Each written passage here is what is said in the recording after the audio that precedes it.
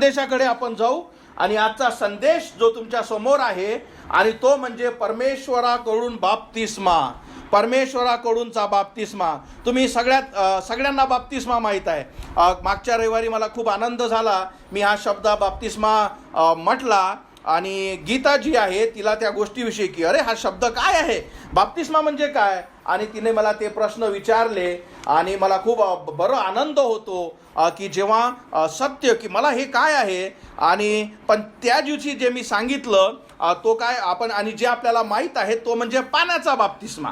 खूप साऱ्या लोकांनी या चर्चमध्ये घेतलाही असेल किंवा बाहेरच्या चर्चमध्ये तुम्ही घेतला असेल, पण इथे आपण त्या बाप्तिस्म्याविषयी बोलत नाही. म्हणजे आपण जो बाप्तिस्मा एखादा पास्टर देतो, एखादा मनुष्य देतो, त्याच्याविषयी बोलत नाही, तर त्याच्यापेक्षाही मोठा बाप्तिस्मा. पहिली गोष्ट बाप्तिस्मा म्हणजे काय असते.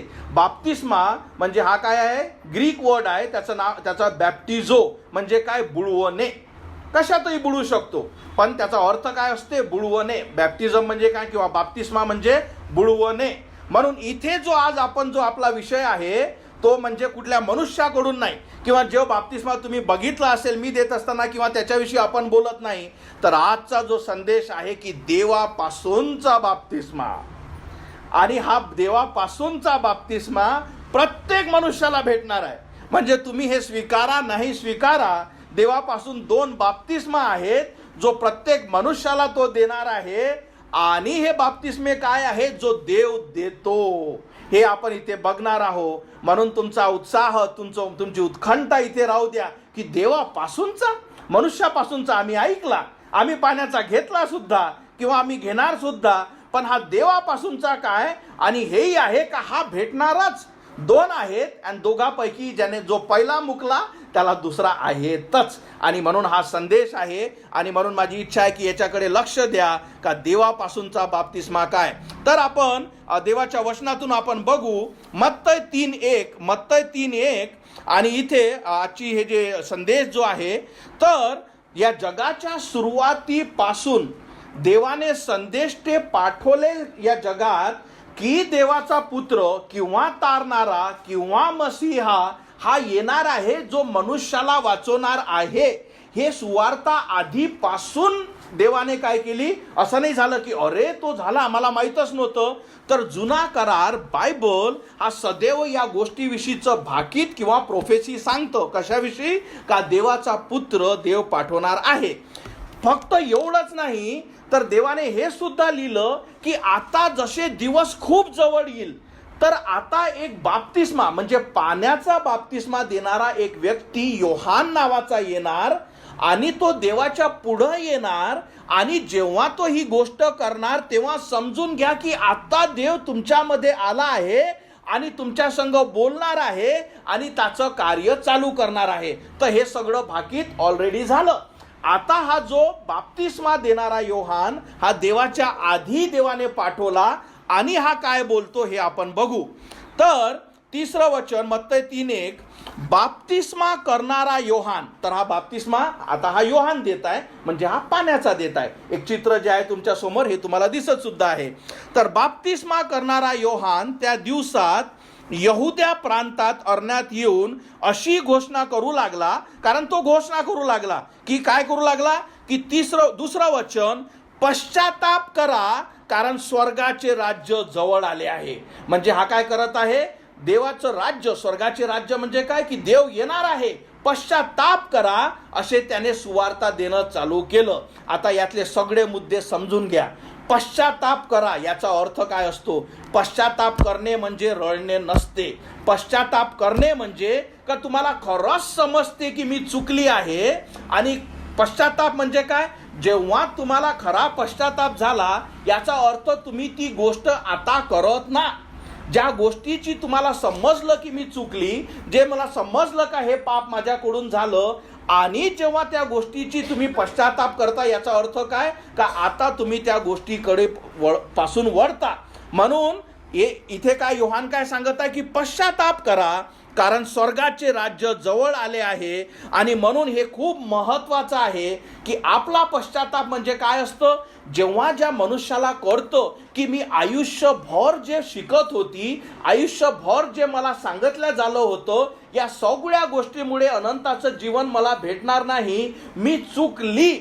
आणि जेव्हा तो व्यक्ती पश्चाताप करतो म्हणजे काय, तो आपली पाठ आपल्या समजुतीकडे लावतो आणि आपलं लक्ष देवाकडे वळवतो, देवाचे वचन तो स्वीकारतो, त्याला खरा पश्चाताप म्हणतात. पश्चाताप म्हणजे काय की तुमची डिसिजन, याला म्हणतात चेंज ऑफ माइंड. कारण जोपर्यंत तुमचं माइंड, लक्षात ठेवा, या चर्चमधल्या किंवा ऐकणाऱ्या प्रत्येक व्यक्तीचं माइंड कुठं ना कुठं फिक्स आहे. प्रत्येक व्यक्ती कुठल्या ना कुठल्या गोष्टीवर विश्वास ठेवून आहे का ही गोष्ट मला स्वर्गात घेऊन जाईल. कुठल्या गोष्टीवर विश्वास न ठेवणे हाही विश्वास आहे.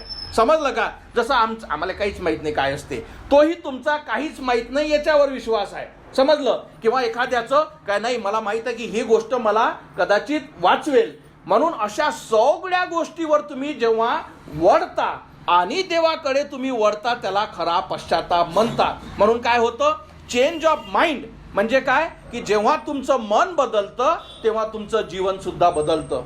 पण जर आपण म्हणतो की माझा पश्चाताप झाला पण आपलं जीवन कधी बदलत नाही, याचा अर्थ तुम्ही पुन्हा एकदा काय झाले, तुम्ही स्वतःलाही फसवलं आणि तुम्ही तच्च्या तसेच झाले. कारण खरा पश्चाताप काय होतो, तुमचं काय करतो, तुमचं जीवन बदलतो.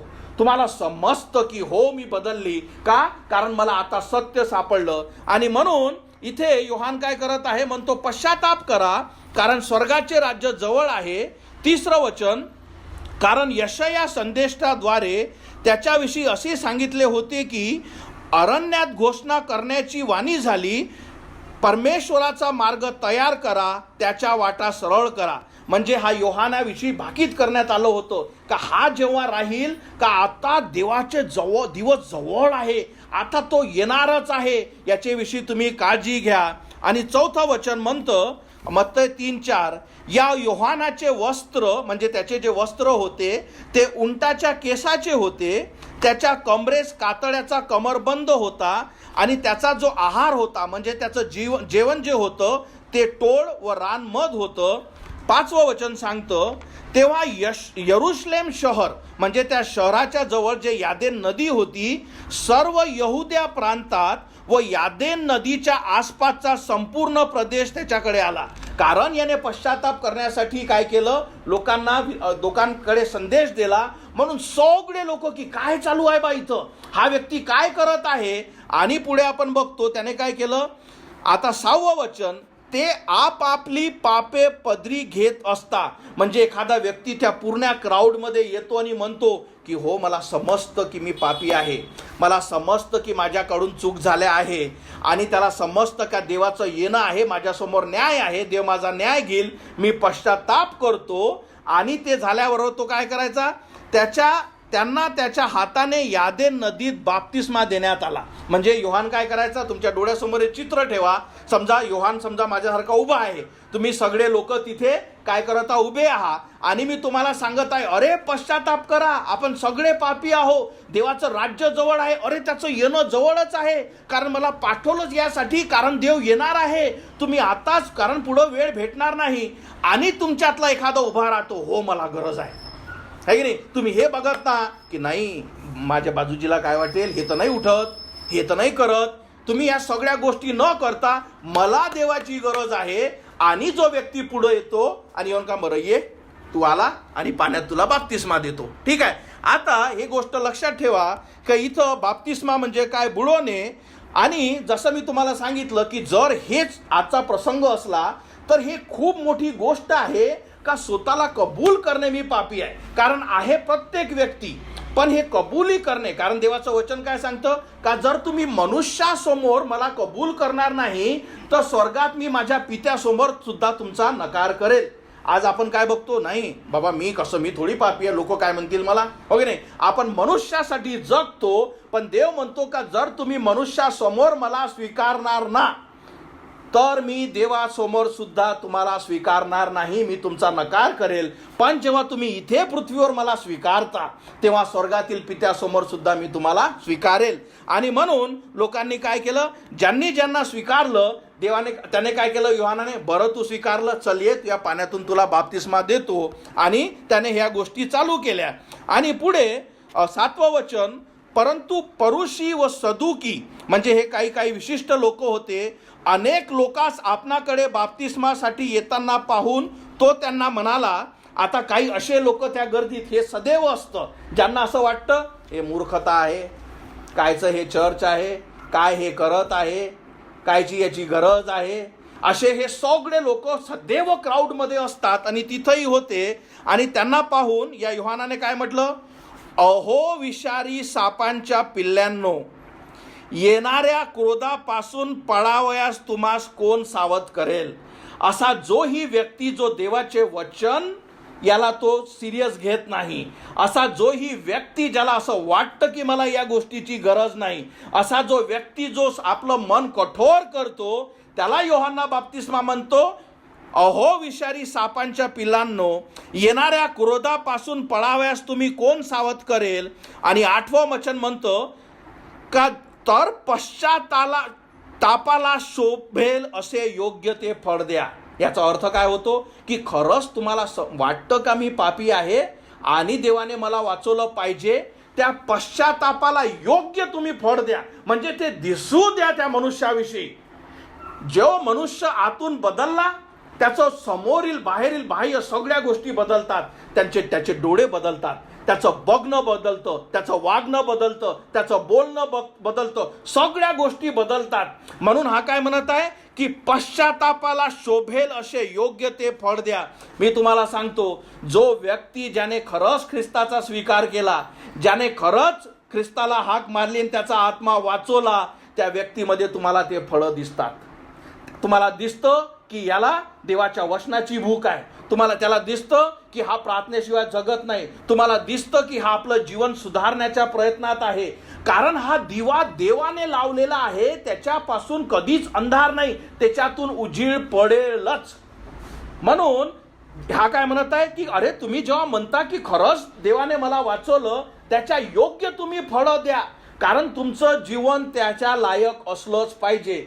एक गोष्ट सदैव लक्षात ठेवा, तुम्ही हे माना न माना, देवाने तुमची आणि माझी निर्मिती फक्त याच गोष्टीसाठी केली का तुमच्याद्वारे देव गौरवला गेला पाहिजे, तुमच्याद्वारे तुम्हीच उंचावले गेले पाहिजे नाही, याच्यासाठी देवाने तुम्हाला बनवलं नाही.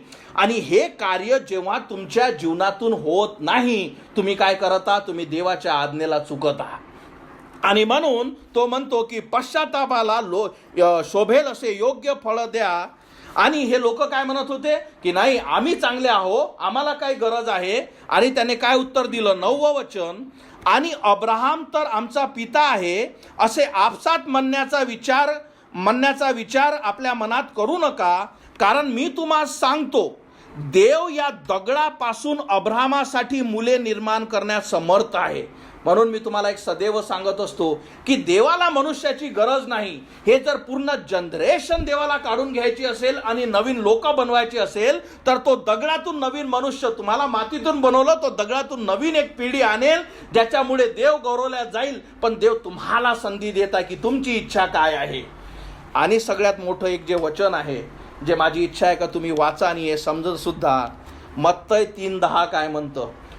खूप साऱ्या लोकांना जेव्हा मी संदेश देतो किंवा देवाचे वचन तुमच्या संग बोलतो, जेव्हा देवाचे वचन तुम्हाला वारंवार तुमच्या कानात तुम्हाला सांगतं की तुमचं जीवन बदल, त्याला स्वीकार, आपण काय करतो, कल देखेंगे, नंतर पाहू, त्या प्रत्येकासाठी जे उद्यावर ढकलतात. काय म्हणतो तो मत्तय 3:10, आणि झाडाच्या मुळाशी आता कुऱ्हाड ठेवलेली आहे. म्हणजे झाड जे आहे त्याचं मूळ जे आहे त्याच्यापाशी ऑलरेडी कुऱ्हाड ठेवलेली आहे. हे असं नाही तो म्हणत की बाबा हे झाडाचं जो फळ येणार नाही, जसं मी तुम्हाला काय सांगितलं, तुमच्यापासून चांगले फळं येणं म्हणजे तुमच्यापासून देव गौरवल्या जाणं याच्यासाठी देवाने तुम्हाला बनवलं आहे. पण जर तुमच्या जीवनातून असं होत नाही, तो काय म्हणतो, त्या झाडापाशी ऑलरेडी कुऱ्हाड ठेवलेली आहे. असं नाही का तो घेऊन येणार आहे, हे लावलेलीच आहे तिथं. आणि झाडाच्या मुळाशी आता कुऱ्हाड ठेवलेली आहे. जो प्रत्येक झाड चांगले फळ देत नाही ते तोडले जाईल व अग्नीत टाकले जाईल. आपल्या खूप साऱ्यांना असं वाटतं की नाही, काय फरक पडते, फरक फक्त एकच आहे का ते कुऱ्हाड तुम्हाला दिसत नाही. ते कुऱ्हाड म्हणजे काय, देवाचा न्याय. तो म्हणतो की अरे तुमच्या झाडाशी ते ऑलरेडी ठेवलेली आहे, हे असं नाही. म्हणून जेव्हा आपण सुवार्ता सांगतो, जेव्हा सांगतो की अरे आपलं जीवन बदल, ख्रिस्ताला स्वीकार, जरी आपण पळत असलो पण देवाचं वचन सांगतो अरे न्यायापाशी तू ठेवलेलाच आहे. जसा तू निघून जाशील, तुला माहित नाही की तुझी संधी कशी जाईल, तेव्हा तो न्यायासाठी तू उभाच आहे. ते कुऱ्हाड त्या झाडाखाली ठेवलेलीच आहे. चांगलं फळ तुझ्यापासून जोपर्यंत येत नाही आणि जर आलं नाही, ते झाड कापल्या जाईल. हे असं नाही का नाही बाबा आता देव मला संधी देईल, नाही, ते झाड तिथंच आहे आणि जर ते फळ देत नाही तर कुऱ्हाडही तिथंच आहे. आणि पुढे तो म्हणतो सगळ्यात मोठी गोष्ट, मत्तय 3:11 हे जे वचन, आणि योहान म्हणतो मी तुमचा बाप्तिस्मा पश्चातापासाठी पाण्यात करत आहे. म्हणजे योहान काय करत होता तेव्हा, का जेही पश्चाताप करतात तुम्हाला पाण्यातून मी काढतो, परंतु माझ्या मागून येणारा आहे तो माझ्याहून अधिक सामर्थ्यवान आहे. आता हा देवाविषयी बोलत आहे आणि आजचा जो विषय आहे त्याच्याविषयी आपण बोलणार आहोत. आणि त्याच्या चपला उचलून घेऊन चालण्याची देखील माझी योग्यता नाही. तर काय म्हणत आहे योहान, की मी पाण्यापासून बाप्तिस्मा करत आहो पश्चातापासाठी, पण हे सोडा, कारण मी तुम्हाला म्हटलं आहे का देवाचं राज्य जवळ आहे, पश्चाताप करा. कारण मी तुम्हाला म्हटलं आहे की कुऱ्हाड ऑलरेडी झाडापाशी लागलेली आहे. कारण माझ्या नंतर आता जो येणार आहे, ज्याच्या मी पायाच्या चपला सुद्धा टच करू शकत नाही. आणि तो पुढे म्हणतो तो तुमचा बाप्तिस्मा, आजचा विषय जो आहे जे तुम्हाला शिकवणार आहोत, 2 बाप्तिस्मा, पवित्र आत्म्याने व अग्नीने करणार आहे. आजचा जो विषय तो तुम्ही समजून घ्या का पवित्र आत्म्याचा बाप्तिस्मा काय आणि अग्नीने काय, हेही समजून घ्या का या दोघापासून एक भेटणारच. तुम्ही माना न माना, निर्णय तुमचा नाही आहे. कुऱ्हाड ऑलरेडी लागलेली आहे. फरक हे आहे का तुम्हाला पवित्र आत्म्याचा बाप्तिस्मा पाहिजे, तो काय आहे ते आपण बघू, की मला अग्नीचा बाप्तिस्मा पाहिजे. कारण काय म्हणतो, जो माझ्यानंतर येणार आहे तो तुमचा बाप्तिस्मा पवित्र आत्म्याने व अग्नीने करणार आहे. आता सगळ्यात मोठा प्रश्न पहिला म्हणजे की पहिले पवित्र आत्म्याचा बाप्तिस्मा काय. जेव्हा तुम्हाला हा संदेश जर समजत असेल आणि या चर्चद्वारे जे तुम्हाला शिकवल्या जातं, देवाचं वचन जे सांगतं का मी पापी आहो, देवाचं वचन जे सांगतं की सर्वांनी पाप केले, देवाच्या गौरवाला उणे पडले, देवाचे वचन जे सांगतं की तुमच्या कार्यामुळे नव्हे, देवाचे वचन सांगतं की एकदाच मरण आहे नंतर न्याय आहे, देवाचे वचन सांगतं की तुमच्या पाशी तलवार कुऱ्हाड लागलेली आहे. आणि जेव्हा तुम्हाला कळतं की मी पापी आहे आणि देवाची इच्छा आहे का मी वाचलो पाहिजे, याच्यामुळेच देवाने आपला एकुलता एक पुत्र दिला. आणि जेव्हा मी पुत्राला हाक मारतो, देवा माझा आत्मा वाचव, मी माझ्या पापाची क्षमा कर देवा, मी पापी आहे, मला नरकात जायची नाही, पण तुझ्यापासूनचे जीवन आहे ते मी जेव्हा स्वीकारतो, आणि जोही व्यक्ती स्वर्गातील पुत्राला हाक मारतो त्या दिवशी काय होतं, त्या क्षणी काय होतं, तर देवाचा आत्मा तुमच्यात येतो, तुमच्यात राहतो. पवित्र आत्म्याने तुम्हाला बाप्तिस्मा ख्रिस्त देतो. म्हणून मी तुम्हाला सदैव सांगत असतो की सगळ्या गोष्टीमध्ये आणि या सत्यामध्ये फरक काय आहे, काही गोष्ट तुमच्या सोबत होते. आपण जे वचन बघितलं की ज्याच्यापाशी पुत्र आहे, असा कसा पुत्र तुमच्यापाशी असू शकतो, हो की नाही. आता एकच व्यक्ती आहे, याच्यापाशी 2 व्यक्ती कसे असू शकतो, तर त्याचा पुत्र म्हणजे काय का देवाचा आत्मा, त्याच्यापासून येणारा पुत्राचा आत्मा तुमच्यात येतो, तो तुमच्यात राहतो, तो तुम्हाला शांती देतो, तो तुम्हाला शिकवतो का तू वाचला, तो तुम्हाला सर्टिफिकेट देतो, तो तुम्हाला शाश्वती देतो, तो तुम्हाला शांती देतो, तो तुम्हाला शिकवितो, तो तुम्हाला चालवितो, तो तुम्हाला दाखवितो. तेव्हा तुम्हाला समजतं की मी वाचलो, तेव्हा तुम्हाला कळतं की माझ्या पापाची क्षमा झाली, तेव्हा तुम्हाला कळतं की अनंताचं जीवन मला मिळालं. कारण देवाचा पुत्र आणि पुत्रापासून असलेला आत्मा तुमच्यात राहतो. हा पवित्र आत्म्याचा बाप्तिस्मा अक्षरशः होतो. हे झालं नसतं माझ्यासोबत तर ह्या चर्चची सुरुवात कधी झाली नसती.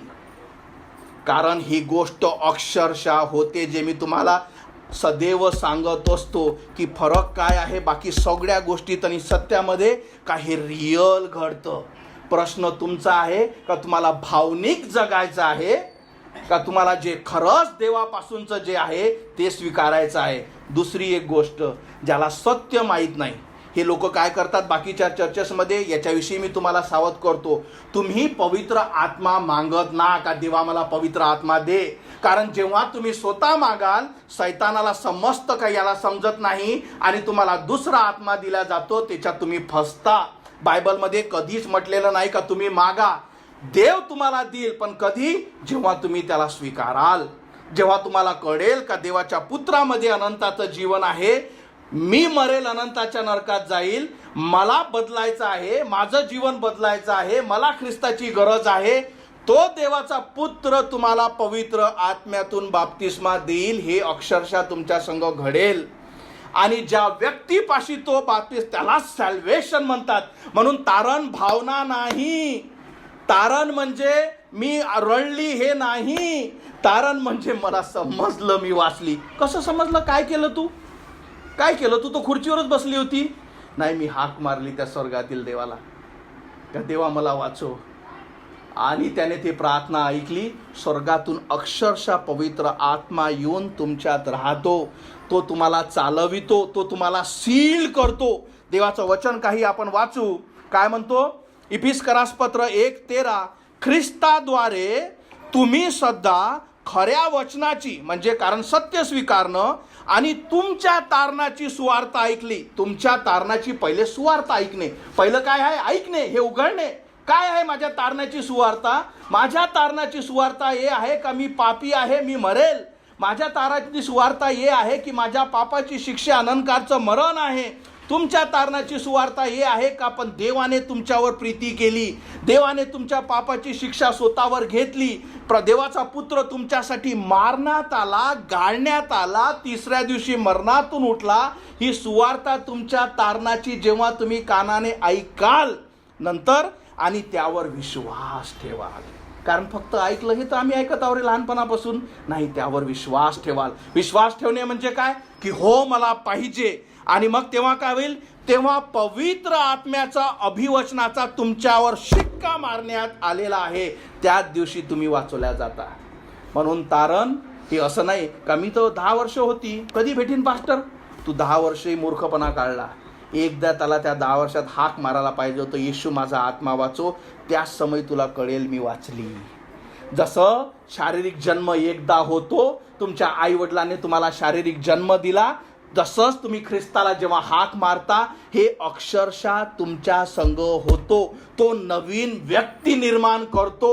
जो जुना नितीन तो 20 सप्टेंबर 2020 मध्ये मेला.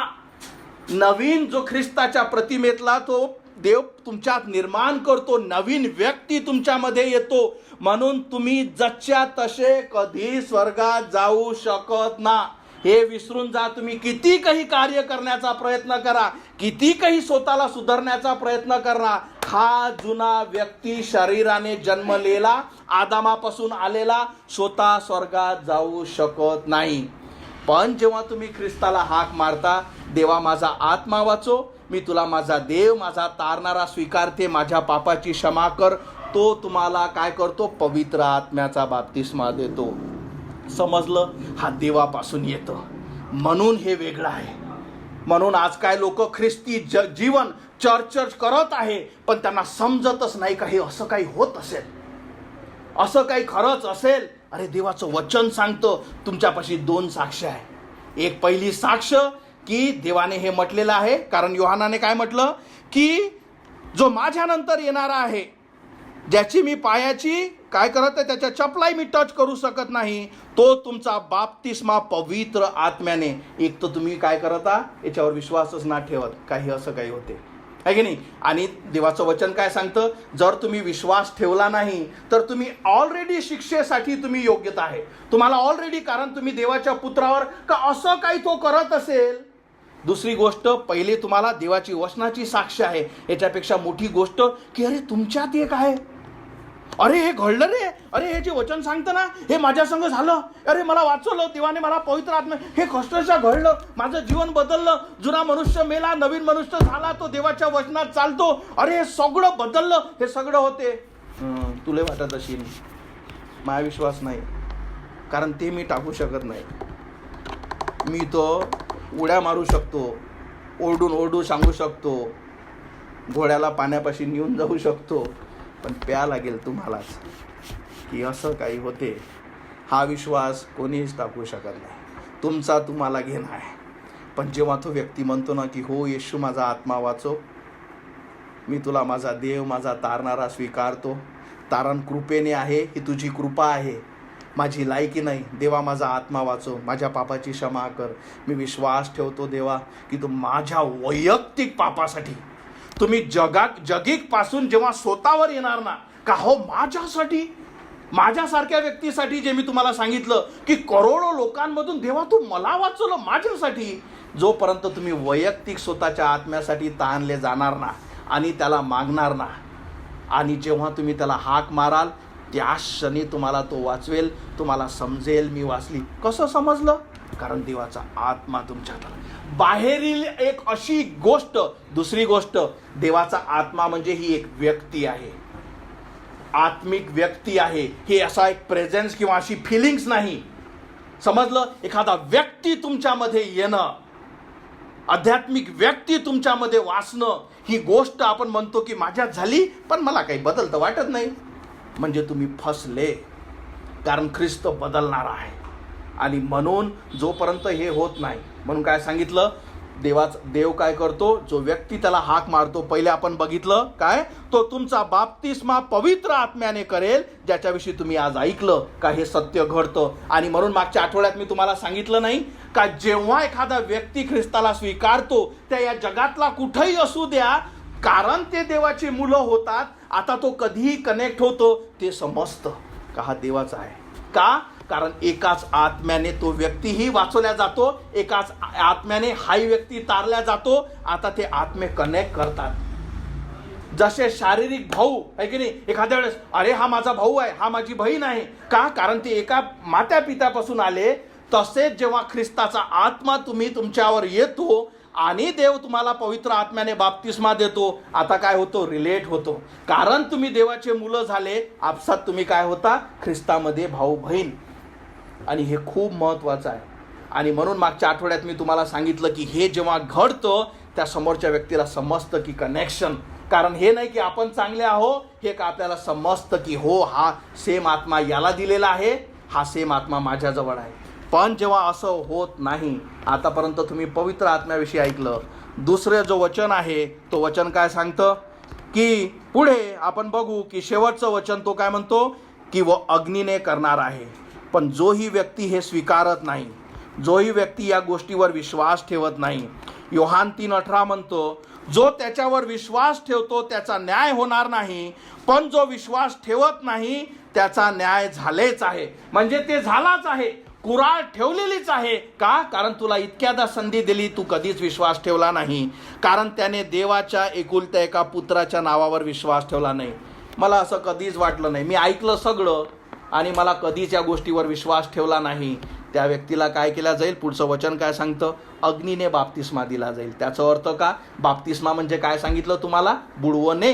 आणि आपण बघतो का जो ख्रिस्ताशिवाय निघाला त्याला अनंत काळच्या नरकात टाकल्या जाईल. म्हणून मी तुम्हाला सांगितलं 2 प्रकारचे बाप्तिस्मा आहेत. तुमचं निर्णय तुमचा आहे, बुडवणं हे तुमचं होणारच आहे. फरक फक्त हे आहे की तुम्हाला कोणता पाहिजे. तुमच्यापाशी तिसरी चॉईस नाही, तुम्हाला हे पटो नाही पटो, तुमच्यापाशी तिसरी चौथी चॉईस नाही, कारण देवाचं वचन हे सत्य आहे. त्याने काय म्हटलं, जो येणारा आहे तो पवित्र आत्म्याने व अग्नीने. अग्नी कशाचं दर्शविते का, न्याय होणार आहे. म्हणून आपल्याला ठरवून आहे की आम्हाला काय पाहिजे. दुसरी गोष्ट मी तुम्हाला सांगितलं, सत्यात चालणं हे खूप महत्त्वाचं आहे. आपण देवाचा पवित्र आत्मा मागत नाही. आपण काय म्हणतो, देवाजवळ क्षमा मागतो. तुम्ही तुमच्या आईवडिलाला हे म्हटलं का जन्माच्या आधी, आई मला जन्म देणं? नाही.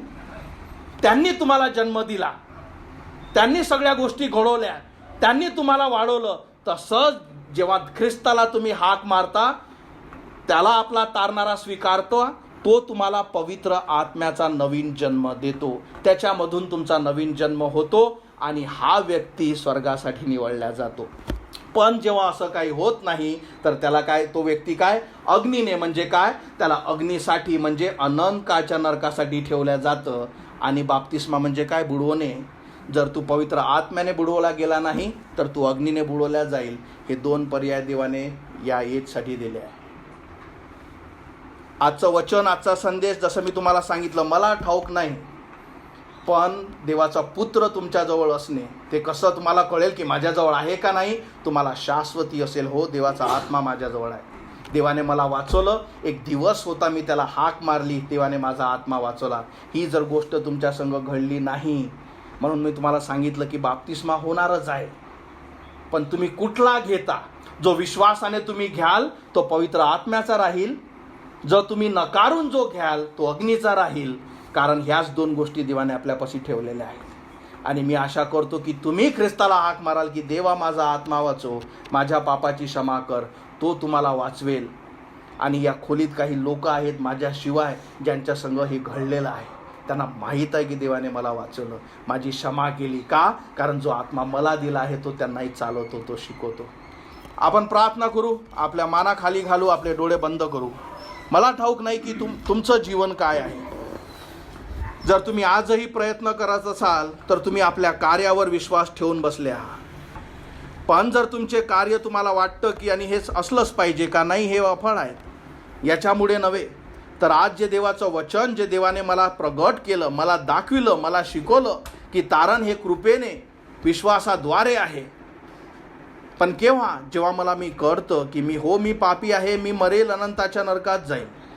पण देवाने आपला पुत्र माझ्यासाठी दिला, यासाठी की मला अनंताचं जीवन मिळावं. वचन सांगतं की आपण दुर्बल असतानाच ख्रिस्त आपल्यासाठी मारण्यात आला.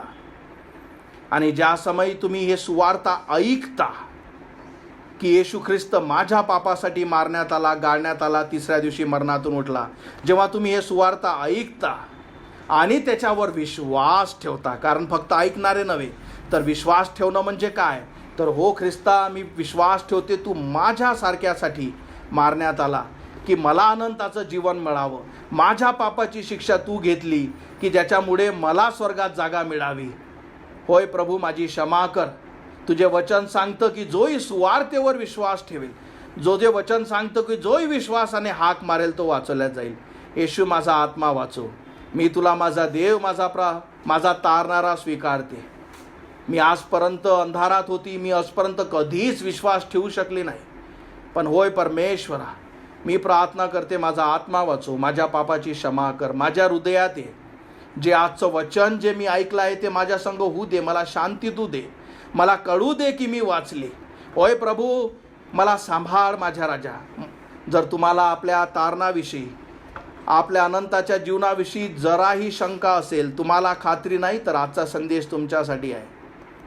जर तुम्हाला याच्याविषयी खात्री नाही का जर आज मला 12:30 वाजता मरण येईल तर मी कुठं जाईल, तर तुमच्यासाठी हे आहे, कारण तुम्हाला काहीच ठाऊक नाही, तुम्हाला शाश्वती नाही. जर तुम्ही ते असाल तर याच समय त्याला हाक मारा, म्हणा येशू मला वाचव. मला ठाऊक नाही की माझ्यापाशी समोरचा क्षण आहे का नाही. माझ्या हृदयात ये माझ्या राजा, माझ्या पापाची क्षमा कर. मी विश्वास ठेवते की तुझ्यापासून अनंतकाळचं जीवन आहे. मी विश्वास ठेवते परमेश्वरा की तू माझा आत्मा वाचवू शकतो. वचन सांगतं की जोही हाक मारेल तो वाचवला जाईल.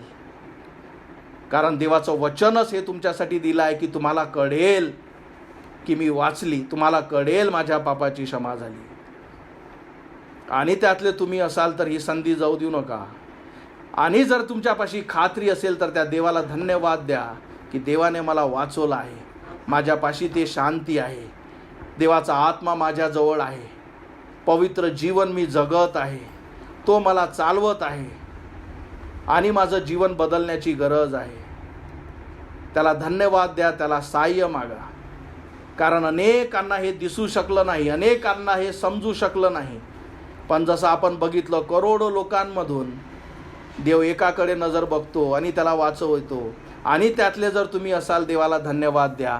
आणि तुम्ही नसाल तर त्याला हाक मारा, तो याच समय तुम्हाला वाचवेल. धन्यवाद मानतो येशू, गौरवितो तुला. धन्यवाद मानतो आजच्या वचनासाठी. धन्यवाद मानतो प्रभू. होय परमेश्वरा, हे तुझं वचन जे आम्हाला सत्य प्रगट करतो. होय प्रभू, खरंच पवित्र आत्म्याने परमेश्वरा बाप्तिस्मा देणारा परमेश्वर आहे. आणि या सगळ्या गोष्टी परमेश्वरा खऱ्या होतात जेव्हा जोही तुझ्यावर विश्वास ठेवतो. धन्यवाद मानतो या सत्यासाठी. धन्यवाद मानतो आजच्या वचनासाठी. धन्यवाद मानतो प्रभू, आजचा संदेश तू दिला. प्रार्थना करतो इथे जुळलेल्या प्रत्येकाला तुझ्या हाती सोपवितो. प्रार्थना करतो प्रभू, जेही प्रभू त्यांची आत्मिक कंडिशन बघू शकत नाही, त्यांना तू सहाय्य कर. त्यांचे आत्मिक डोळे तू उघड, की त्यांना त्यांची आत्मिक दिशा समजावी, दिसावी. होय प्रभू, जेही ते निर्णय घेण्यासाठी परमेश्वरा, जेही प्रभू स्ट्रगल करत आहे, त्यांना सहाय्य कर माझ्या राजा. होय प्रभू, की त्यांच्या अविश्वासात प्रभू त्यांना बाहेर तू काढ, की त्यांनी तुझ्यावर विश्वास ठेवून प्रभू तुला स्वीकारावं. आणि हे जे जीवनाचं सत्य जे प्रत्येकासंग घडतं ते स्वीकारावं. धन्यवाद मानतो इथे जुळलेल्या प्रत्येकासाठी. जे ऑनलाईन जुळले आहे प्रत्येकाला तू आशीर्वादित कर. धन्यवाद मानतो आजच्या वचनासाठी, संदेशासाठी. आणि ही प्रार्थना प्रभू येशू माझा तारणारा याच्या जिवंत नावात मागतो, म्हणून तू ऐक माझ्या येशू. आमेन. Praise the Lord. आपण उभे राहू, गीत गाऊ आणि आजच्या संदेशाला